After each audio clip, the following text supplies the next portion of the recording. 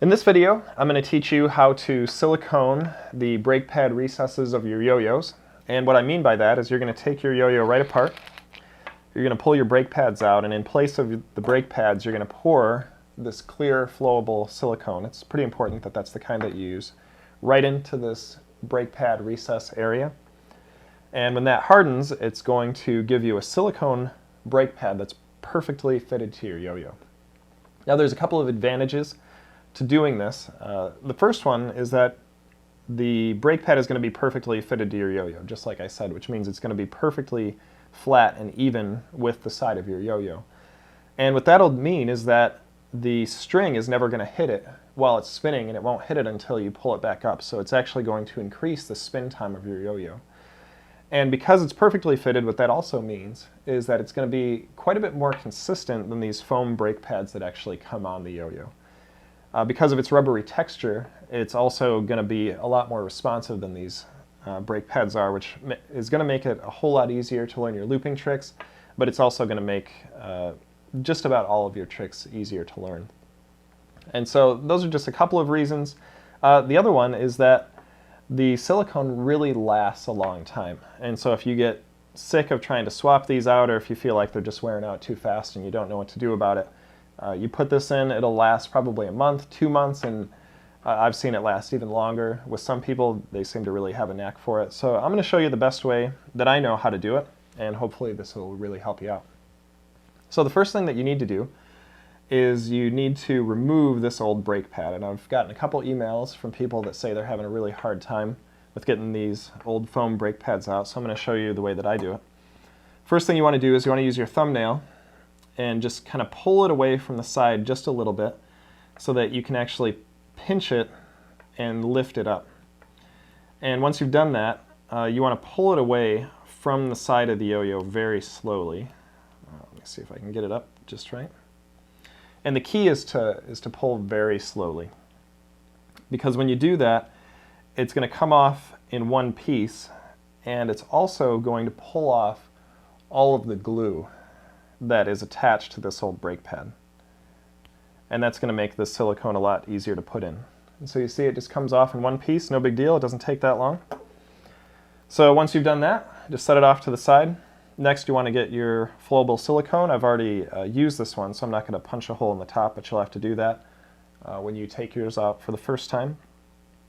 Just take off the cap. Try not to get it all over the place, and you want to put on its applicator right here. Now, one thing that I've done with the applicator is I've actually taken a pair of scissors and I've cut off the first 1 or 2 segments at the top here. And what that'll do is it'll open this hole up just a little bit wider, because this area here that you have to fill, it requires quite a bit of silicone, and so that'll help you apply it faster, and it just makes it a whole lot easier in general. So once you've got your applicator on, you're going to want to squeeze the silicone right into it.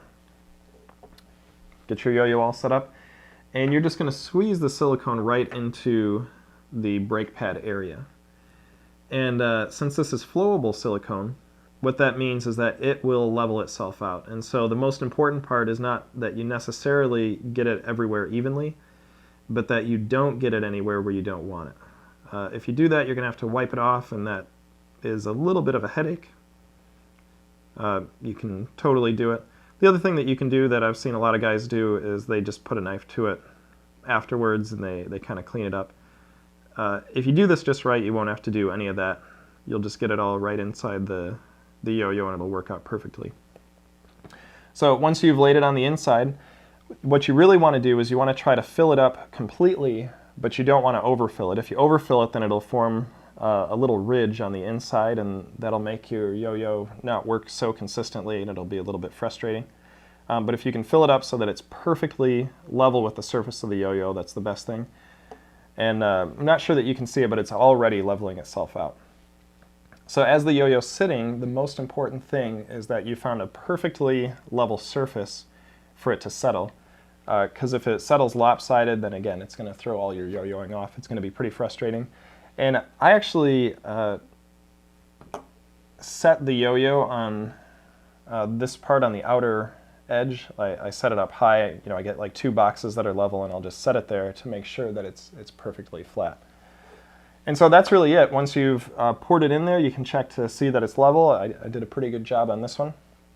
And so once it's done, it takes about 12 to 24 hours to set.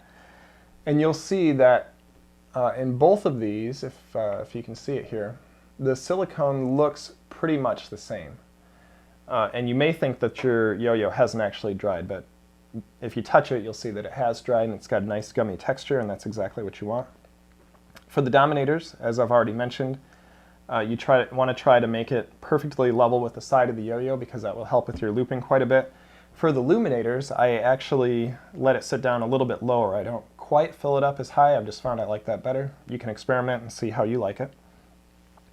Now, the last thing that you may want to be aware of is as you're using this over time, the inside surface of these brake pad recesses is very smooth. And so the silicone doesn't always want to stick to it while it's being responsive with the string, and it may start to pull away. And if it does, then that's going to interfere with your yo-yoing.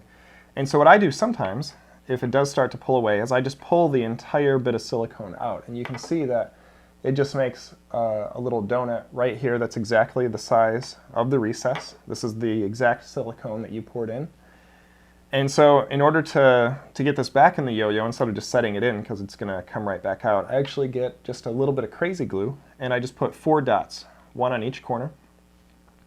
And I put the brake pad right back in exactly the way it came out. And then I squish it down so that it's even with the surface of the yo-yo again. And that super glue, it's going to hold it in there. It's going to be fantastic, and it'll just last a really long time. So far, I have found no better way to make these yo-yos as responsive as you want.